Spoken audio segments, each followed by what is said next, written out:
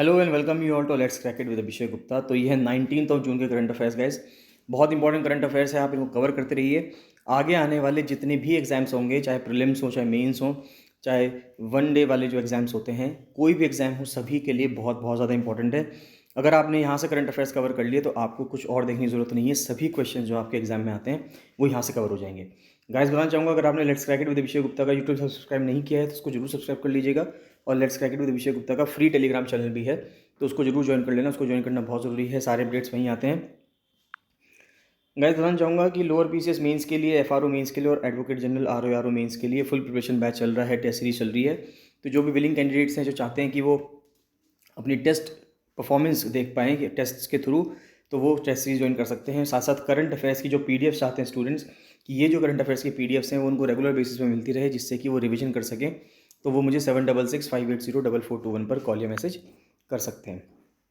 चलिए स्टार्ट करते हैं 19 जून के करंट अफेयर्स। और सबसे पहले न्यूज़ आ रही है रेलवे से, GS1 से न्यूज़ है, विमेन से रिलेटेड न्यूज़ है कि रेलवे प्रोटेक्शन फोर्स ने 150 लड़कियों को या औरतों को पूरे भारतवर्ष में रेस्क्यू किया है ऑपरेशन महिला सुरक्षा के तहत। तो ऑपरेशन महिला सुरक्षा को लॉन्च किया गया था 3 से लेकर 31 मई 2022 के बीच में। और इसका ऑब्जेक्टिव था of providing enhanced safety and security, कि एक बढ़ी हुई सेफ्टी और सिक्योरिटी में प्रोवाइड करनी थी सभी लेडी पैसेंजर्स को जो अकेले ट्रैवल करती है ट्रेन से। और इसके साथ साथ एक पैन इंडिया इनिशिएटिव चलाया गया था, मेरी सहेली, तो ये भी ऑपरेशनल है। तो एक मेरी सहेली ऑपरेशन एक इनिशिएटिव चल रहा है और एक ऑपरेशन महिला सुरक्षा ऑपरेशन चलाया गया था आरपीएफ के द्वारा। अभी रिसेंटली हाईएस्ट सिंगल डे बारिश हुई है मौसिन राम में। तो मौसिन राम जो कि अपना में एक विलेज है मेघालय के अंदर, दुनिया में सबसे ज़्यादा जहाँ पे बारिश होती है, तो वहाँ पे अभी सिंगल डे में सबसे ज़्यादा बारिश हुई है। तो मौसिन राम मेघालय में फ्राइडे को उन्होंने रिकॉर्ड किया 1003.6 mm of rainfall. Highest single day precipitation है कभी भी जो आज तक जून में मेघालय में हुआ हो। Cherrapunji experience the third highest rainfall for a 24 hour period in June. और ये दोनों प्लेसेज हैं, अगर हम मौसिन राम और चिरापुंजी को जोड़ दें तो ये धरती के रेनिएस्ट प्लेसेस हैं, यानी कि सबसे ज़्यादा बारिश होती है पूरी धरती पे इन दो जगहों पे। और वे दोनों कहाँ पे हैं? भारत में है। इंपॉर्टेंट बात ये है। नेक्स्ट है कि Modi to launch maternal nutrition scheme in Gujarat. जो प्रधानमंत्री नरेंद्र मोदी हैं, श्री नरेंद्र मोदी, वो गुजरात जो टूर पे गए हुए हैं अपने, तो वहाँ पर उन्होंने एक मैटरनल स्कीम लॉन्च की है न्यूट्रिशन के लिए, यानी कि जो माताओं के लिए और उनके होने वाले बच्चों के लिए जो न्यूट्रिशन प्रोवाइड करेगा। तो मुख्यमंत्री मातृशक्ति योजना लॉन्च की जा रही है प्रेग्नेंट वुमेन के लिए और लैक्टेटिंग मदर्स के लिए। उनको 2 किलो चिकपीस दी जाएंगी, 1 किलो तूर की दाल दी जाएगी और 1 किलो खाने वाला तेल दिया जाएगा, एडिबल ऑयल दिया जाएगा फ्री में हर महीने आंगनवाड़ी सेंटर्स के द्वारा गुजरात में। An estimated 1.36 lakh women will benefit from the scheme. तो 1.36 लाख महिलाओं को इससे बेनिफिट मिलेगा और 800 करोड़ रुपए इस स्कीम के तहत लगाए गए हैं शुरू में, कि 800 करोड़ रुपए का बजट इसमें दिया गया है। ऑल्सो 120 करोड़ रुपए का एक पोषण सुधा योजना भी चलाई जा रही है, which is now being extended to all tribal beneficiaries in the state, जिसमें जितने भी ट्राइबल बेनिफिशरीज हैं स्टेट के, उन सबको प्रोवाइड करने के लिए बात की जा रही है। Scheme was being implemented as a pilot project. पहले तो स्कीम को पायलट प्रोजेक्ट के रूप में चलाया गया था 10 तालुकाज में, जो कि 5 ट्राइबल डोमिनेटेड डिस्ट्रिक्ट हुआ करते थे, और अब उसको 14 ट्राइबल डोमिनेटेड डिस्ट्रिक्ट में चलाया जाएगा। ये क्या प्रोवाइड करता है? ये एक टाइम की न्यूट्रिशियस मील प्रोवाइड करता है हर रोज़ प्रेग्नेंट और लैक्टेटिंग वीमेन को। Scheme aims to intervene during the first. अब इस स्कीम का जो एम है वो क्या था? वो था कि पहले 1000 दिन जो एक माँ की लाइफ के लिए या एक बच्चे की लाइफ के लिए बहुत इंपॉर्टेंट होते हैं, तो उन फर्स्ट 1000 डेज़ के लिए इसमें इंटरवेंशन था। ये फर्स्ट 1000 डेज़ तब से काउंट होने शुरू हो जाते हैं जब से एक मदर प्रेग्नेंट होती है। तो पहले कुछ समय जो उसके 9 मंथ्स यानी कि 270 डेज़ उसके निकलेंगे आपके प्रेगनेंसी के दौरान। उसके बाद फिर आगे का जो बच्चा, जो कुछ टाइम जो बचे हुए दिन हैं, यानी करीब करीब 600 दिन जो हैं, तो जो बच्चे के होंगे, यानी कि अराउंड बच्चा 3 साल तक का हो जाएगा, 2.5 से 3 साल तक का। तो इस दौरान जो समय है, तो ये वाला समय बहुत ज़्यादा इंपॉर्टेंट होता है किसी भी बच्चे के लिए, किसी भी बच्चे की लाइफ में। तो उसके लिए, यानी कंसेप्शन से लेकर जब तक बच्चा 2 साल तक का नहीं होता, तब तक लिए उसके लिए जो भी खाना है या जो भी उसके लिए न्यूट्रिशन वाली चीज़ें हैं वो सरकार के द्वारा प्रोवाइड की जाएंगी। Their objective is to improve infant mortality and maternal mortality rates. तो ऑब्जेक्टिव क्या है इसका? कि भारत को या यहाँ पे गुजरात स्टेट को इन्फेंट मोर्टेलिटी में या मैटरनल मोर्टेलिटी, यानी कि जो बच्चा इन्फेंट वो बच्चा होता है जो 1 साल तक का बच्चा होता है या 1 साल से छोटा बच्चा होता है, उसको हम इन्फेंट बोलते हैं। तो इन्फेंट मोर्टेलिटी रेट वो होता है कि वो रेट होता है जहाँ पर बच्चा अपना पहला बर्थडे भी सेलिब्रेट नहीं कर पाता, यानी कि पहला बर्थडे से पहले ही उसकी डेथ हो जाती है। और मैटरनल मोर्टेलिटी का मतलब ये है कि जो मदर है, या तो वो जब उसका बेबी हो रहा होता है या तो उस दौरान में, या उसके कुछ टाइम बाद अगर उसकी डेथ हो जाती है तो वो मैटरनल मोर्टेलिटी होती है। तो हमको इन दोनों चीज़ों से बचना है कि इन्फेंट मोर्टेलिटी भी नहीं होनी चाहिए और मैटरनल मोर्टेलिटी भी नहीं होनी चाहिए। तो उन दोनों के रेट्स को इम्प्रूव करने के लिए भी ये न्यूट्रिशन स्कीम बहुत बहुत ज़्यादा ज़रूरी है। नेक्स्ट आती है GS2 से न्यूज़ आ रही है। सबसे पहले हेल्थ से रिलेटेड न्यूज़ है कि 2 महीने लंबा हर घर दस्तक 2.0 कैंपेन चलाए जाने की बात की जा रही है। तो हर घर दस्तक दे के वैक्सीन लगाई जाएगी उनको कोरोना की, जिससे कि उनको कोविड-19 जैसी बीमारी ना हो पाए। तो कमेंसेस टू एक्सपीडाइट कोविड-19 वैक्सीनेशन कवरेज, की जो कोविड-19 का जो वैक्सीनेशन कवरेज है उसको बढ़ावा देने के लिए, उसके कवरेज को बढ़ाने के लिए हर घर दस्तक कैंपेन चलाया जा रहा है। And cover all eligible beneficiaries through door to door campaign. तो जितने भी एलिजिबल बेनिफिशरीज़ हैं, यानी कि जो एलिजिबल हैं, जिनको वैक्सीन लग सकती है, डोर टू डोर जाकर उनको ये कैंपेन के दौरान वैक्सीन लगाई जाएगी। फोकस्ड कैंपेन किसके पे होगा? एक तो ओल्ड एज होम्स में जाएंगे, स्कूल्स में, कॉलेजेस में, जेल में, ब्रिक किल्स में, यानी कि जो ईंट के भट्टे होते हैं जहाँ पे ईंट बनती है, जहाँ पे वर्कर्स को पता ही नहीं होता कि हमें ये वैक्सीन वगैरह भी लगवानी है। तो उन जगहों पे जाकर सभी राज्य और केंद्र शासित प्रदेशों से कहा गया है कि आप इस चीज़ के ऊपर काम करें।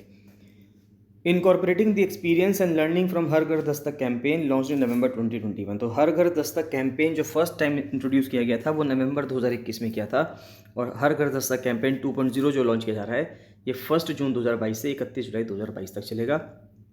इसका ऑब्जेक्टिव होगा to vaccinate and cover the eligible population group, first dose के लिए, सेकेंड डोज के लिए, और जो तीसरी डोज आई थी प्रिकॉशनरी डोज, उसके लिए इसको चलाया जाएगा।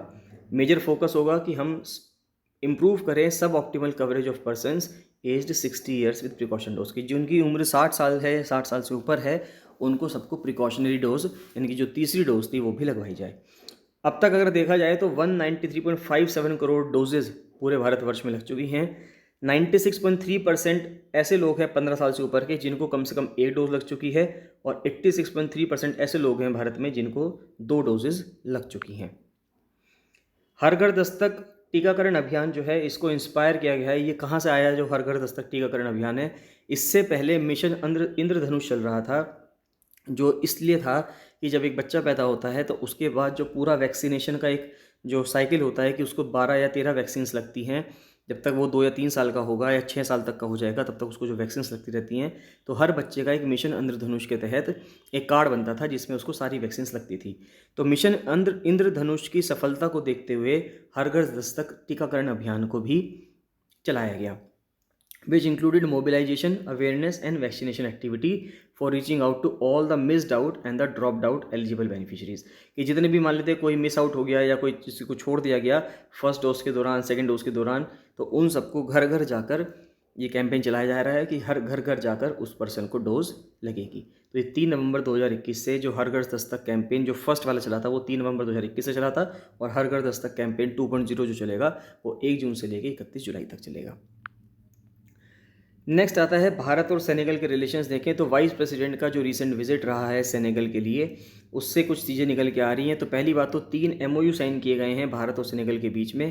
पहला MOU ये कहता है कि एक तो वीज़ा फ्री रिजीम होना चाहिए डिप्लोमेटिक और ऑफिशियल पासपोर्ट होल्डर्स के लिए, यानी कि भारत के जो डिप्लोमेट्स हैं और भारत के जो सरकारी ऑफिशियल जो लोग हैं, अगर वो सेनेगल जाते हैं तो उनको वीज़ा की ज़रूरत ना पड़े।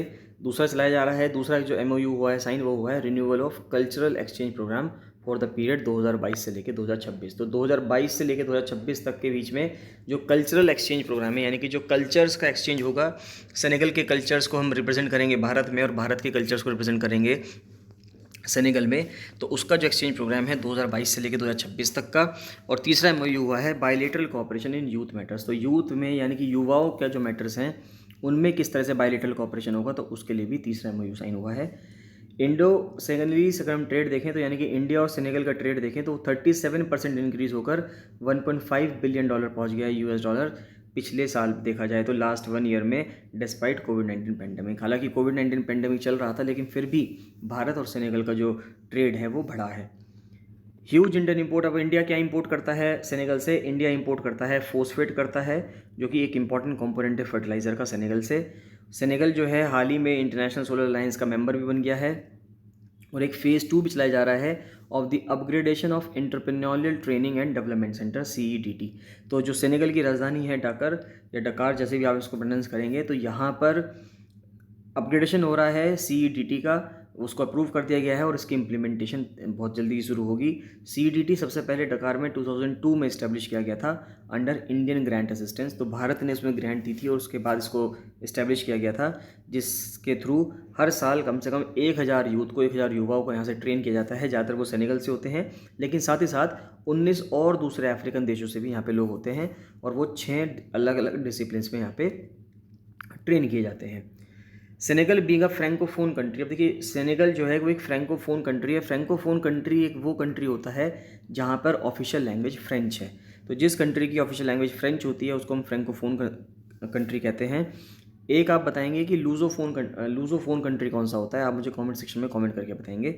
Is not able to avail various training capacity building programmes under ITEC which are in English language. अब देखिए, सेनेगल क्योंकि फ्रेंच लैंग्वेज एक कंट्री है, बाकी सभी प्रोग्राम्स जो प्रोवाइड किए जा रहे हैं वो इंग्लिश लैंग्वेज में किए जा रहे हैं, तो इसलिए वहाँ के लोगों को प्रॉब्लम हो रही है।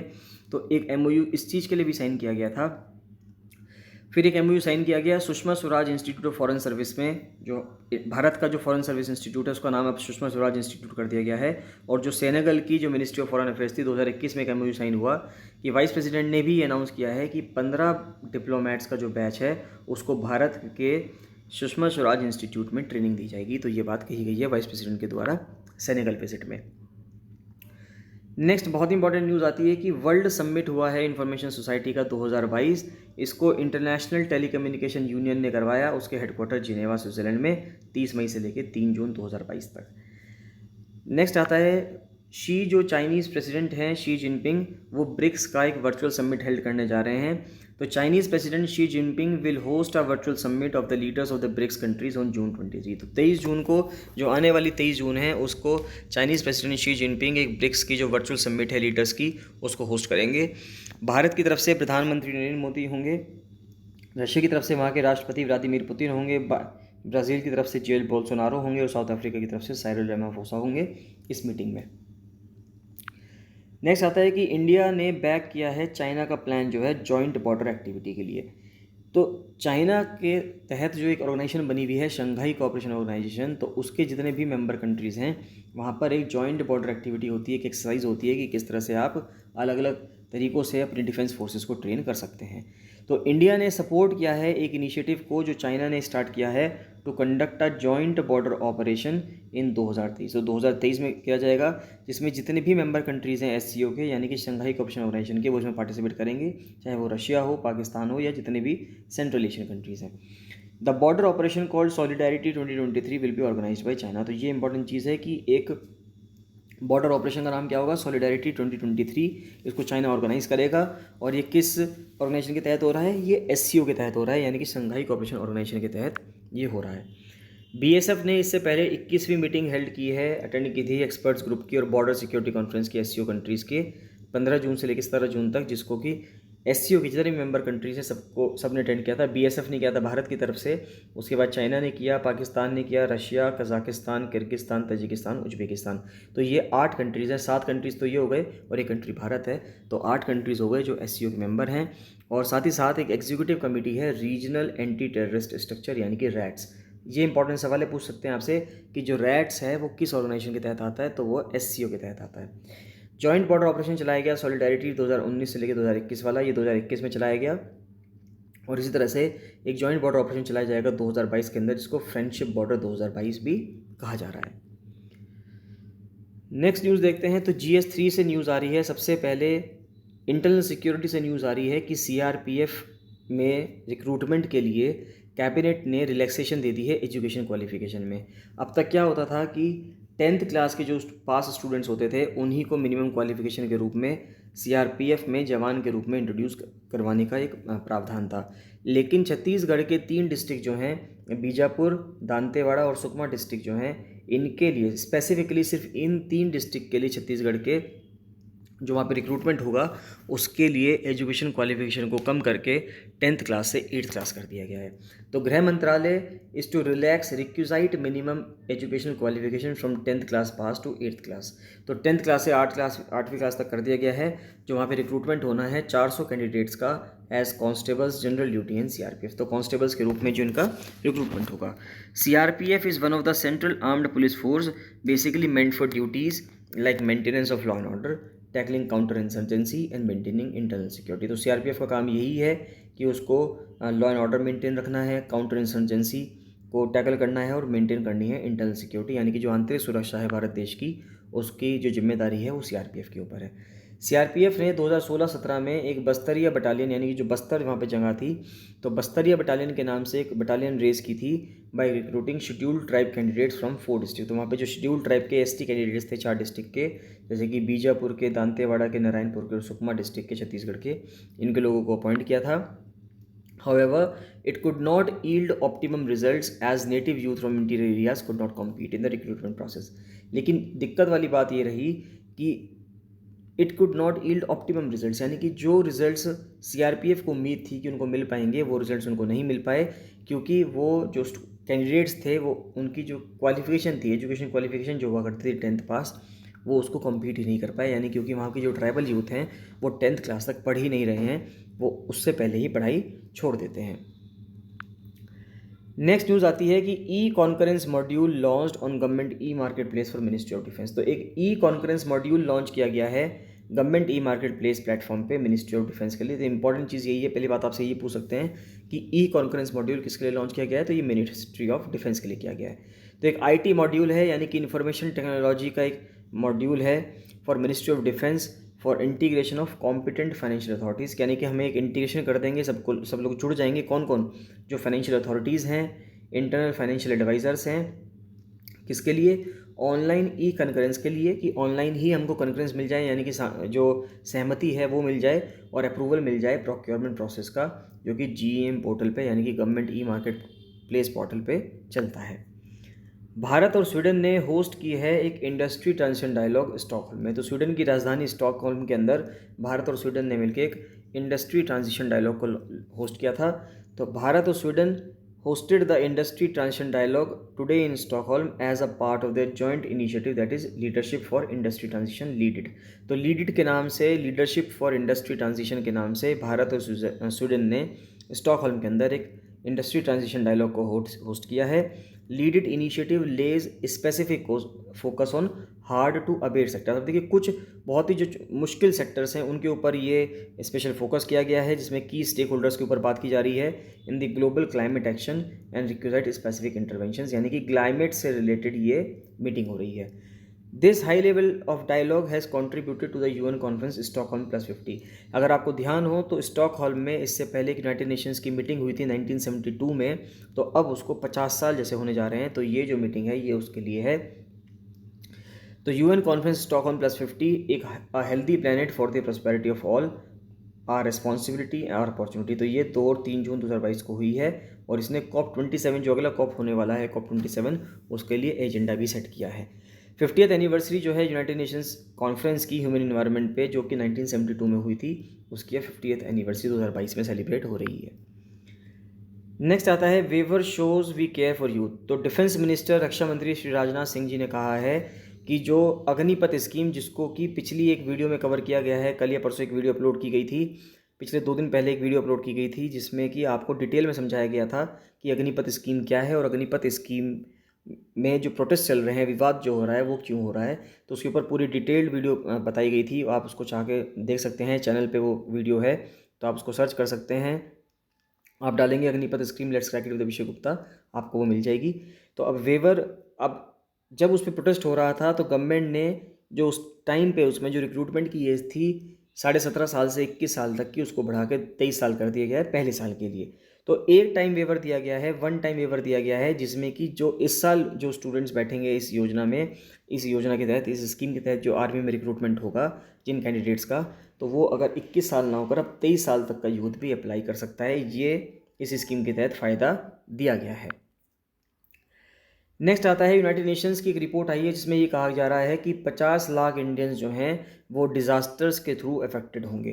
तो नियरली 5 मिलियन पीपल यानी कि जो 50 लाख लोग हैं भारत में वर इंटरनली डिस्प्लेस्ड, यानी कि वो भारत के अंदर ही इंटरनली डिस्प्लेस्ड होंगे। जहाँ पे वो रह रहे हैं अपनी जगह पे, वहाँ से हटके कहीं और उनको जाना पड़ेगा, इंटरनली डिस्प्लेस हो जाएंगे due to climate change and disasters in 2021। जो क्लाइमेट चेंज की वजह से और डिजास्टर्स जो रहे 2021 में, यूनाइटेड नेशंस ने अपनी रिपोर्ट में कहा है। तो उनकी एनुअल ग्लोबल ट्रेंड्स रिपोर्ट आई है यूनाइटेड नेशंस रिफ्यूजी एजेंसी की। उसने ये हाईलाइट किया है कि पूरे विश्व में 100 मिलियन पीपल यानी कि 10 करोड़ लोग जो हैं उनको मजबूरन अपने घरों से भागना पड़ा है, चाहे वो वायलेंस की वजह से हो, ह्यूमन राइट्स का जो वायलेशन है, मानवाधिकार का जो हनन है उसकी वजह से हुआ हो, फूड इनसिक्योरिटी की वजह से हुआ हो, क्लाइमेट क्राइसिस की वजह से हुआ हो, यूक्रेन में जो युद्ध चल रहा है उसके वजह से हुआ हो, और चाहे अफ्रीका और अफगानिस्तान में जो इमरजेंसीज चल रही हैं उसके वजह से हुआ हो।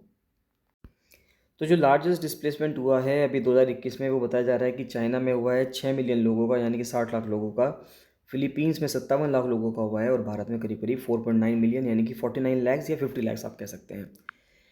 नेक्स्ट न्यूज़ आती है बहुत ही इंपॉर्टेंट, भारत की सिक्योरिटी से रिलेटेड न्यूज़ है कि चाइना को उसका तीसरा एयरक्राफ्ट कैरियर मिल गया है। तो चाइना ने अपना सबसे बड़ा अब तक का और most modern aircraft carrier launch किया गया है चाइना के द्वारा, marking a major military advance for the Asian super power. इसका नाम रखा गया है फ्यूजियन। ये अपने आप में पहला कैटापुल्ट एयरक्राफ्ट है जो कि होली डिज़ाइन किया गया है और बिल्ड किया गया है चाइना के द्वारा। नेक्स्ट आता है आरबीआई ने एक अनवील किया एक डॉक्यूमेंट जो कि ई पेमेंट्स पे फोकस करता है। तो रिजर्व बैंक ऑफ इंडिया ने एक पेमेंट्स विजन 2025 लॉन्च किया है जिसकी थीम है e payments for everyone everywhere every time, और इसका ऑब्जेक्टिव ये है कि हर यूज़र को हम एक safe, secure, fast, convenient, accessible, affordable e payment option दे पाएँ। यानी कि ई पेमेंट्स के लिए, चाहे आप यूपीआई से पेमेंट कर रहे हो, चाहे आप किसी भी तरह पेमेंट कर रहे हो, कि ई पेमेंट को बढ़ावा देने के लिए आरबीआई ने एक डॉक्यूमेंट रिलीज़ किया है जिसका नाम है पेमेंट्स विजन 2025। अब कुछ फैक्ट्स आते हैं प्रीलिम्स के लिए। अगर हम देखें तो आईएनए यानी कि जो इंडिपेंडेंस से पहले, भारत के इंडिपेंडेंस से पहले जो एक इंडियन नेशनल आर्मी बनाई गई थी सुभाष चंद्र बोस जी के द्वारा, उसके एक वेटरन थे मलेशिया से, अंजलई पोनुसामी, तो ये पास अवे हो चुके हैं यानी इनकी डेथ हुई है अभी हाल ही में। श्री राजेश गेरा जो हैं उन्होंने ज्वाइन किया है एज डायरेक्टर जनरल एनआईसी यानी कि नेशनल इंफॉर्मेटिक्स सेंटर, जो कि माईटी के अंदर आता है, ministry of electronics and information technology के अंदर आता है। और नेक्स्ट है मार्कस प्लेयर जो हैं, ये एफएटीएफ के प्रेसिडेंट हैं इस दौरान। इस टाइम पे जो एफएटीएफ के जो प्रेसिडेंट हैं वो मार्कस प्लेयर हैं, इतना आपको ध्यान रखना है।